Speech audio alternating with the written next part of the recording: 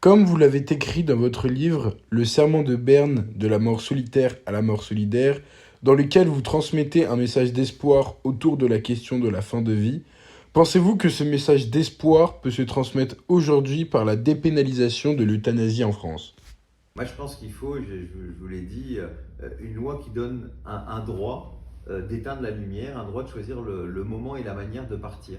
Parce qu'on n'a pas choisi de naître, on doit avoir le droit de choisir de partir, surtout qu'aujourd'hui, on sait qu'il y a des douleurs physiques et des souffrances physiques qu'on ne peut pas soulager. Alors c'est certes minoritaire, mais c'est quand même des dizaines de milliers de personnes qui sont dans notre pays dans la souffrance, et il faut donc arriver à cette loi. Aujourd'hui, vous savez, 92% des Français, en tout cas 9 Français sur 10, depuis des années, ils sont favorables. Parce que les Français, ils ont du bon sens. Ils savent que pourquoi on les obligerait à mourir dans la souffrance. Ils veulent pouvoir choisir. Et c'est pour ça qu'il faut à la fois permettre d'avoir un accès universel aux soins palliatifs, parce que la plupart d'entre nous, si on a une grave maladie, on mourra là, bien accompagné.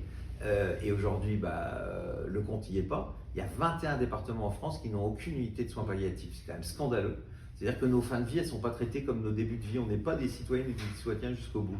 Et puis, il faut de l'autre côté légaliser l'euthanasie et le suicide assisté pour celles et ceux qui ont des souffrances qu'on ne peut pas soulager, que la science ne peut pas soulager aujourd'hui, et qui ont quand même le droit, à un moment, de dire stop.